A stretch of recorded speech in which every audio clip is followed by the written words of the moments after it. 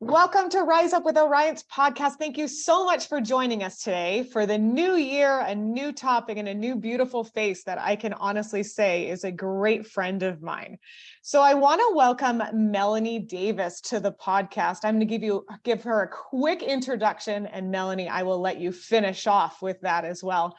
But Melanie has dedicated her nearly a decade long career as a licensed clinical mental health counselor to creating opportunities for individuals of varying ages and backgrounds to feel seen and heard. From her work as the owner of Play Therapy, Planted Healing Mental Health Practice, and to co-founding Continuum Mind and Body Collaborative, Melanie's passion for helping individuals to develop deeper connections with themselves and others is at the center of her work. Melanie earned her undergraduate degree in sociology from the University of Utah, go Utes, and her master's of science in mental health counseling from the University of Phoenix. To add, she's completed advanced training in nutritional psychology through John F. Kennedy University in Pleasant Hill, California. Melanie, thank you so much for joining us. So many words, but thanks for joining us. You're welcome. Thank you so much for inviting me to be with you today. Yes, so this is a really exciting topic as it really bridges so many of the different things that Orion has talked about in the past, and it really brings in your emphasis of nutritional psychology. And to some of our listeners, that may be something that they have never heard of before. So let's talk a little bit about kind of how that integration happens from mental health into wellness, and then we'll kind of jump into nutritional psychology from there. Sounds great. Yes, being working in the mental health space, and I've been kind of working in mental health arenas for about 20 years, and then as a licensed provider for the last decade, and understanding the idea of how wellness connects and intersects with mental health has been such an important piece of understanding our overall health, right? And it's a new concept to some, and it's not a new concept to others, because the two have been intersecting since the beginning of time. But I think the awareness around it is something that is new for some people to understand that, oh, okay, my mental health has this linking piece surrounding my overall wellness, and that those two actually do support each other and intersect in a way that can enhance each other. Absolutely. Yeah. At Orion, we often talk about, the whole continuum of health and wellness, that it really is, if a balance is ever possible. I know we often feel so out of balance all the time, but again, that intersection of all 8 categories. And I love that today we're focusing down a little bit more on that mental health path, which is, one of the 8 categories of wellness. So it's very exciting to kind of hone in on that, especially with a new year. I think we always hope for a new year to bring clarity and change and a whole new experience for us. So this is a fantastic topic to kind of jump into. So Agreed. Melanie, tell our listeners what nutritional psychology is. Absolutely. So, the idea of the mind and the body meeting is kind of this idea where integrative health begins to kind of open those doors, right? And nutritional psychology falls within that. Nutritional psychology literally means the intersection between psychological, behavior, and nutritional sciences. So, it's where these different areas of supporting our overall body, mind, wellness intersect together and influence each other. So, the idea of nutritional psychology is the idea of how nutrition can improve your cognitive functioning, mental health, wellness surrounding mental health and brain function. So, it's Mm. where those two worlds kind of come together with nutrition meeting mental health. Yes. Oh my gosh. And there's no question. I think many of us, we fall into, especially over the holidays, since we're just kind of coming out of Yeah. that feeling of, wow, I did not feed my body well, and how that impacts your brain, your emotions, your body. There is no question, as we gorge ourselves over the holidays or maybe make some less than ideal choices, it really impacts everything. And I know that I've felt that myself, as we come out of that fog of the holidays. Yeah, you really start to feel it. I think we started to notice with some introduction, there's, some literature out there like gut brain connection and Mm-hmm. all of these ideas around tying our mind and our brain and how it operates to what's happening in the body that holds it, right? And I think a lot of people can, resonate with the idea of just the idea of not, if your mental health is not in the great place, there's certain foods and things like that that intersecting with it can either enhance it, or certain foods that leave us feeling kind of blah, right? And Right. sometimes we make the connection and sometimes we don't, because often we seek different, comfort and coping, like you said. Yeah. Overeating during the holidays is pretty common because, food symbolizes so many other things besides nutrition, just looking for Yeah. Sure. food can symbolize love and happiness and tradition and things like that. Yes, absolutely. And I think, as you were just saying as well, is everyone does it differently as well. If we're in a good mental state, a positive mindset, a good mental state, some of us are able to control some of those things. But if things get off kilter, people may choose not to eat or may choose to eat the wrong things or eat too much. So again, it really is very individualized from what I've noticed. And I would love to get your opinion on that. Absolutely. I think we all come from very different backgrounds surrounding how we look at nutrition. Nutrition is a really just fancy word for how we're engaging with food, right? Um, Mhm. some people might be aware of nutrients or the nutrition in the food that we eat, and some people are not conscious of that. There's a lot of introduction around environment and food and things like that when we kind of break the idea to clients that there could be a correlation between Mhm. some, lifestyle things and things in our environment and the mental health symptoms that people are having. And it's not to say that food creates them, but it can Mhm. exacerbate those symptoms or it can reduce them, right? And sometimes people are not mindful or aware that there are those intersecting pieces, and kind of bringing those two worlds together can kind of be one of those. I think the emoji has like a brain exploding. One of Right. those like like Yeah. wait a minute, the donut and coffee I had for breakfast and that energy drop and then my mood tanking by 11 a.m., that could have had something to do with each Mhm. other. So just the idea of Right. opening up the idea around examining both of those things as parallel instead of two just totally separate, ideas. Yes, and I love this. And I'm wondering if you are unique in this in having those conversations with your clients, or if this is something that's a little bit more, should be more of a global conversation in that overlap, knowing that they do intersect. And so, for people to step back and be like, huh, you know, what is the root and what is the problem and how does the overlap happen?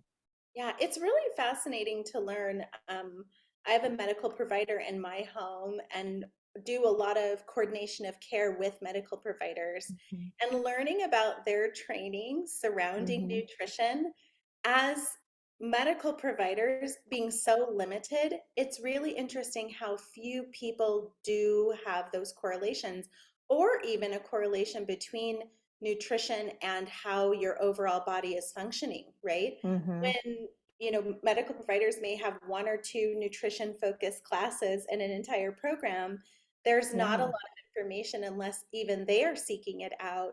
So in the whole idea of looking at the human body, and we're focused on the brain and mental health, Mhm. but even in other disciplines, um, it seems to be this new kind of newer concept to say you may want to explore nutrition, but then understanding how they correlate to overall physical health is something that's kind of new. So Right.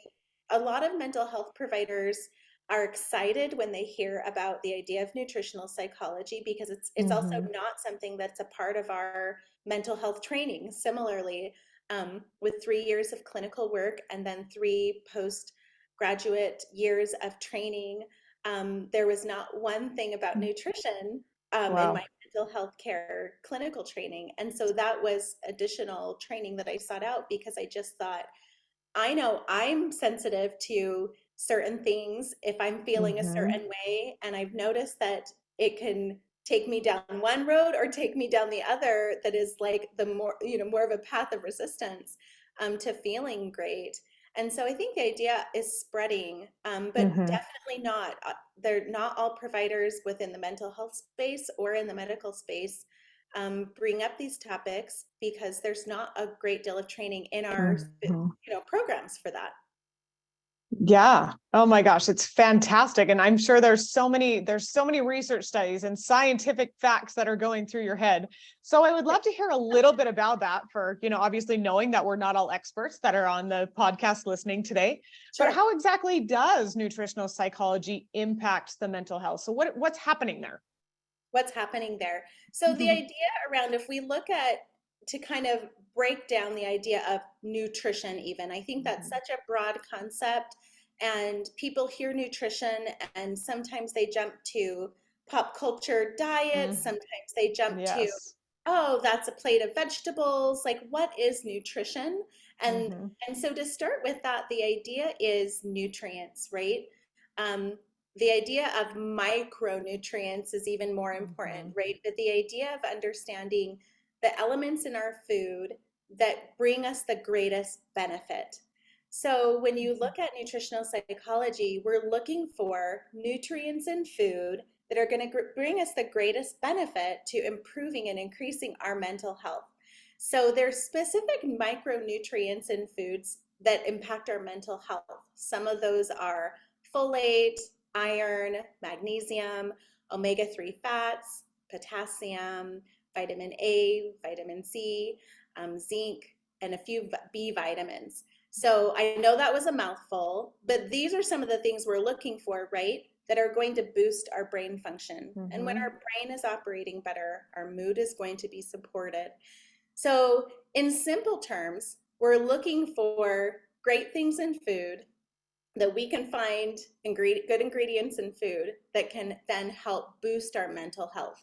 And boosting our mental health can look a lot of different ways. It can be more energy. It could be Hmm. stabilizing just our mood throughout the day. If you're noticing you wake up in kind of a slump and you're feeling a little low, Hmm. and just even recognizing that, and you might get a little peak after lunch, or maybe you have that morning coffee, which people love to talk about, these when they don't talk to me, I haven't had my coffee yet. Yes, I Like that. need this to function. Yes, yes, I Yes. need this to function. But we also want to be kind of mindful of that because your body's sending you a signal, right? If you're waking up with just nothing, no energy, low energy, feeling kind of blah, you may be having symptoms of depression or anxiety, and you notice that kind of ebb and flow throughout the day. If there are nutrients that we can match and kind of mirror what might be happening with your mood to help keep it more like this instead of like this, Right. that's the idea that could help just improve quality of life. Yes, I love that. I often think about, the history of my career at Orion and so many of the conversations that we have that come to an abrupt stop at exactly 3:01 p.m. Because Oh, the that's when the downtime. energy the Oh, yes. energy drops, the lunch energy is gone, the vitamin and nutrients have fallen out of our body. So there's that 3 o'clock slump where it's like, do I Oh, turn to coffee, dark chocolate, or is it just time for a nap? And yeah. so I know that's been a very common conversation, and that helps to explain why that happens. That 3 o'clock slump happens, and hopefully I'm not the only one. No, I think that is such a common thing. And people feel it whether they're in a workspace or you're a stay-at-home parent. I mean, there's just across the board, there is this energy dip. And often at that point in the day, even the most like nutritionally conscious people feel really driven towards caffeine, sugar, Mhm. things like that. It's kind of our most vulnerable time of the day, and mapping those out for people too. When I'm talking with clients and thinking from a perspective of nutritional psychology, I would say, okay, let's look at this dip in your day, Mhm. which is very, very common. What would create some fuel there for you? What would bring your mood back up, bring your energy back up? And a lot of times it's kind of, and I know we'll talk about this a little later on, but it's kind of seeking out things with some of those nutrients that we mentioned before, or healthy fats or protein. Mhm. Um, because the thing that we're typically drawn to, sugar and caffeine, they are kind of like a band-aid, right, for maybe a possibly gushing wound. It's going to be Sure. it's going to be, you might have a good hour in you, and then by the time you need that energy to start prepping dinner or, managing your household once you get home from Hmm. work or whatever that looks like, you're back down again and you're seeking Yep. out something else because it's a short-lived response. Yes. Oh my gosh. We're definitely going to talk about that because, of course, the next question I want to ask is, well, what should I be doing when I'm opening the bottom drawer and seeing what's in there at 3 o'clock? But I want to save that question Sure. because we touched on it a little bit, Melanie, as we talk about kind of where to start and how to evaluate ourselves. So obviously, my example was I know at 3 o'clock I'm grabbing a cup of coffee. Or oftentimes I will go for a walk to see if that brings my energy up. I rarely turn to food, but we will talk about that. So again, that's just my example. So how do you start this conversation with clients, or where should someone start when they're thinking about brain nutritional connection on how to really look at that and analyze that? Absolutely. I think a great place to start is just the awareness of hearing that your brain function and your mood and nutrition might have a little relationship, right? And to start to kind Hmm. of Sure. really baby steps of just paying attention. We kind of in a clinical space, we'll call it self-assessment, right? But kind of first starting to just examine what's some of the food I'm putting in my body and how do I feel? Sometimes that is a huge step for people. Just the idea of checking into how do I feel throughout the Hmm. day, right? If you want to be really ambitious and you're a go-getter, you could even write down a few, like, break the day into 6 segments: the morning, mid-morning, lunch, mid-afternoon, evening, and kind of just jot down a little note of how does my body feel? How does my Hmm. mood feel? So, morning could look like woke up with energy, mid morning, really dragging, kind of low mood. Hmm. Midday, you might have a little peak, but starting to just examine what your mood looks like during the day is some element of self assessment and gives us so much information. Then you're also Hmm. doing something parallel with nutrition, which is essentially the food that goes in your body. We're Hmm. calling that nutrition, right? So examining where that's at and doing some self-assessment. Next, I think it's important to kind of examine if you were to have, once you get that down and take your time with that, right? You can Hmm. spend a month or two just reflecting on what's actually happening with your mood and your body and what's going in it. You can learn so much about your habit. Hmm. You learn so much about everything from how you were raised to what brings you comfort to habits that you may not have realized you were even developing by kind of just Right. paying attention, right? Hmm. Like, oh my gosh, I did not realize I was drinking 2 cups, 3 cups of coffee a day. I Hmm. just was going and refilling and I just didn't even think about it, right? So some element of consciousness.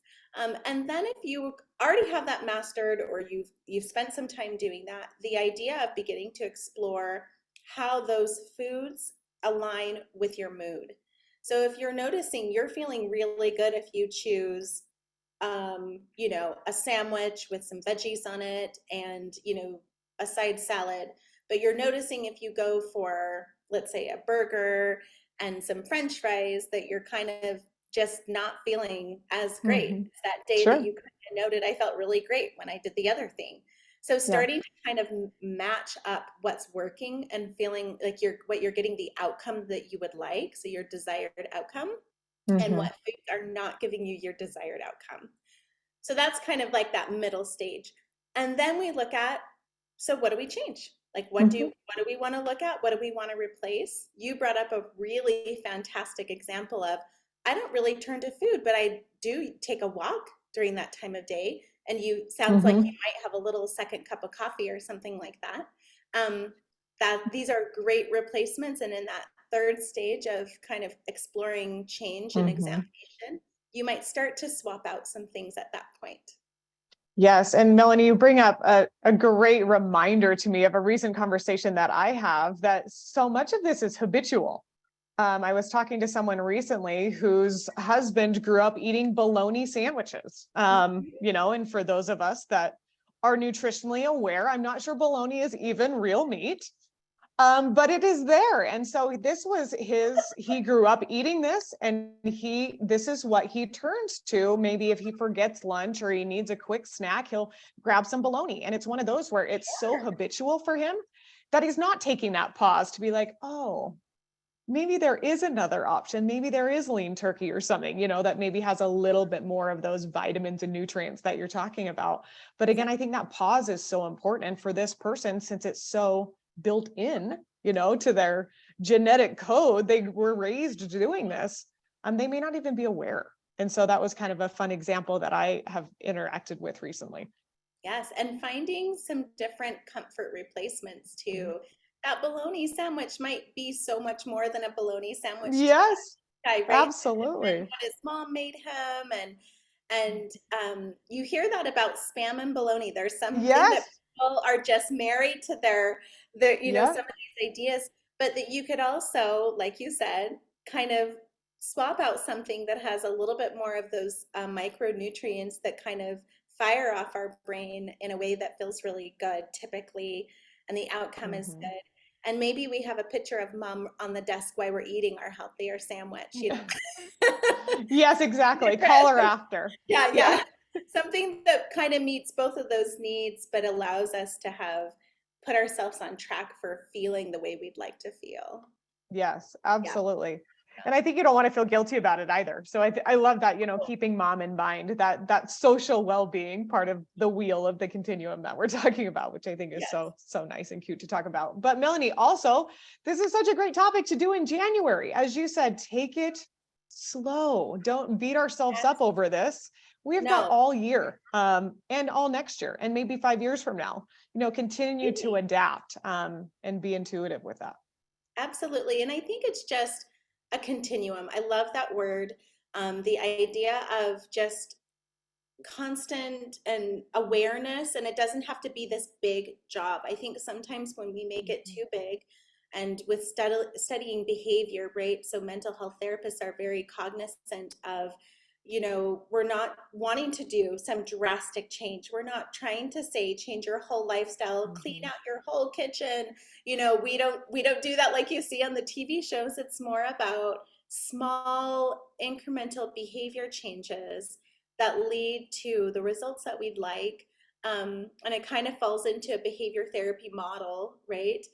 Because we're not nutritionists. People who practice nutritional psychology are typically mental health providers, not nutritionists. So just to clarify that piece, our core theoretical model is to help you feel better, and the nutrition elements are around that. But it is a long process, and you might find yourself figuring something out, and then you do another self-assessment a year down the road, and you get into a great groove, and you realize, wait a minute, the things that once made me Mhm. feel great and that were working weren't weren't working anymore, aren't working anymore.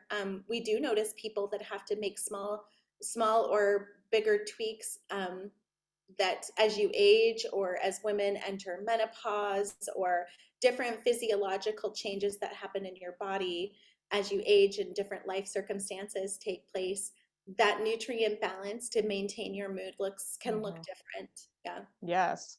When I think you're targeting something that it's never too late or too early to start thinking about these things, for parents thinking about it with our children. And as you mentioned, as we all age, or maybe there's aging parents that we're helping, Mhm. there's no age restriction on thinking about these things. Not at all. In fact, it's really fun. I have young children, and they've kind of learned to spot out a few things that we've identified, don't keep us feeling the way we'd like, Mhm. some food dyes and things like that. And they'll say, oh, this one has red dye, so I know I'm probably just going to have one little bite, because I Mhm. know if I eat the whole package, I might just feel like garbage, or it makes me act a little, intense, or, there's some Yeah. funny feedback that kids will have for you, because we never use the language of diet and things like that. Mhm. In this framework, it's all about energy and responses in our bodies, and how it translates, like what goes into us and how it translates with how we feel. Yes. And I think, children, they definitely understand hunger and they definitely understand the lack of hunger, Yes. but again, even with my, young boys, we navigate the whole hangry monster that comes out. And again, it goes right back to everything that we're talking about. And, I get it. My husband gets it. So many people have this. And it really is exactly what you're talking about, is that connection Mhm. between the brain and the gasoline we're putting in the tank. Exactly. Yeah, the hangry thing is such a real thing. And I Mhm. love that that's actually become kind of a funny but popular term to use, Yeah. because understanding that correlation between food getting into their body and how the mood is, that is what nutritional psychology is. So if you're feeling hangry and you've used that word before, you are already dipping into the world of nutritional psychology. Yes, exactly. All right. So I'm finally going to ask the question. So when that 3 o'clock dip happens, or the hangry monster runs into the room on a Saturday, what should we be doing? What should we be grabbing? What is the best advice that you can have to give us the vitamin and mineral boost that we need? What should we be turning to? Absolutely. One of the best tips that I feel like I've heard that is such a just basic, like easy place to start is when you walk into a grocery store, shop as much as you can on the perimeter of the grocery store. That's where Mhm. you're going to typically find a lot of your produce. You're going to find proteins. You're going to find, things along those lines that are refrigerated. When things are refrigerated or have been alive, like fruits and vegetables, typically they are going to have a real higher, like a high nutrient presence to them. So Mhm. your fruits and vegetables, your proteins, things like that, you're going to find. You compete, pop down an aisle for some beans and legumes, but outside of that, that can be kind of a nice, just how to understand where some healthy foods can be found, or foods that kind of have high nutrient content. And it doesn't mean don't go down the other aisles and get convenience foods and things like that. Sure. But just the idea of that can be a good, just how to visualize where you can seek out some nutrient dense foods. Um, if you're an advanced person in understanding nutrition, you could peek at some nutrient labels and start looking for things that are high in protein, fiber, and carbohydrates that are not loaded with other things. So typically, like perimeter of the store carbohydrates, Mhm. potatoes, sweet potatoes, things like that. Our brain needs protein. I know that's one of those things that we constantly are hearing about, and there's lots of different wonderful sources for it. But when people have fatigue or brain fog, or just that where you're Mhm. like, I'm forgetting everything, I can't seem to keep myself organized, my mind feels foggy. We do often like to look at fats and protein. And this is not meaning that we exclude other food groups, because carbohydrates are critical for energy and things along those lines. Mhm. But some of that sharpness and clarity can come from making sure that you have enough protein and healthy fats. Avocados. I just had some feta and peppers right before this, and it just kind of gave me that boost of energy to like, okay, I haven't had lunch yet, but this is a great snack. Sure. So kind of turning to those high protein, throw veggies in there if you can, whole wheat breads if you are not sensitive to gluten and things like that. But potatoes and rice are always like one, those are staples for us, lots of great sustainable energy. Yes. Oh my gosh, so good. And I often think as well, and it falls in the outside of the supermarket. But talk to me about the colors of the foods that we can eat. And I know that that's around the outside of the perimeter. So talk to me about the colors. I know everyone has always talked about, and our health coaches often recommend eating things with a whole bunch of color. Yes, bringing bright colors that are naturally existing bright colors, right? Yes. Not your Fruit Loops. Those are typically artificially colored, right? But bright, naturally occurring bright foods often hold so many nutrients. If you think about really beautiful, bright colored peppers or dark leafy greens, our favorite is dino.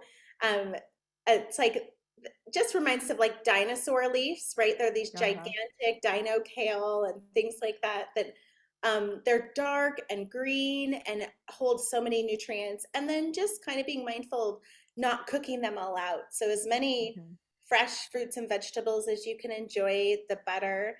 And if you want to lightly steam them and things like that, that's great too. But dark and colorful foods typically hold a lot of nutrients and are just a wonderful place to turn. Yes, all of those vitamins and nutrients you rattled off at the beginning. I know they're packed with a punch for sure. And that's exciting. And again, we also need to be aware that it doesn't necessarily have to be right there in the fresh produce aisle. Can I Nope. buy frozen ones that Yep. still have what I need? Yes. And your tip, yeah. And where frozen foods, sometimes that's tricky. Sometimes they do line them right by the produce, and sometimes they are down the middle, right? Um, Frozen fruits and vegetables are a wonderful place to turn. We keep our freezer stocked with frozen vegetables and frozen fruit because it's a wonderful way to have something that's accessible. Um, how many of us have thrown away a container of Mm. spinach that we swore we were going to use that entire thing, and you just Yes, of course. yeah, you feel kind of heartbroken, and then you wasted your $5, whatever it was, to get it, and you had just the highest hopes for who you were going to be as a person when you bought that Mhm. gigantic thing of spinach. But the wonderful thing is you can have it in the freezer, pull it out, throw it in a blender, heat it up somehow, and still get wonderful nutrients out of it. Um, so that's a great option too. Yes. Oh my gosh. So Melanie, how can we be successful? You've talked about what we should be eating and how to shop and where to kind of start by being intuitive and kind of journaling, if you will. Mhm. I love all my experts, and for our listeners that are on here a lot, they know that I always kind of round out the last couple of minutes of our podcast with how can I be successful, or how can our listeners be successful if we're going to jump into this and really start to be successful? Absolutely. I like to enter anything new with setting just realistic, open, kind expectations. In fact, I often challenge people to not set very many expectations at all. And I say that in the way of not that we want to not work towards a goal, but that we also don't want to put so much pressure on ourselves that we set ourselves out to try to be perfect and that doesn't exist. And then we get discouraged and then don't want to engage in, this new change or an idea that we're trying to set out to do. So, what I would say is, first of all, trying to adopt like what we call growth mindset, being open to making mistakes, setting reasonable expectations, just being open to kind of learning and experimenting and trying things out without the idea of, we put, shame and guilt and all of Mhm. those high expectations that we may or may not meet. We're going to put those away and just try something new. Just put ourselves out there to say, I'm going to look around the produce section and see like what vegetables have I not tried before, or what's something that is new to me. I get in the habit myself of just going to the same four vegetables every Absolutely. time. And I'm like, slow down, Melanie. Just go browse around, take 5 extra minutes, read some different vegetable names or whatever, look at some packages and see what's in there if I want to try something new. So I think the idea is just be open and kind of explore the idea of I'm going to try something new.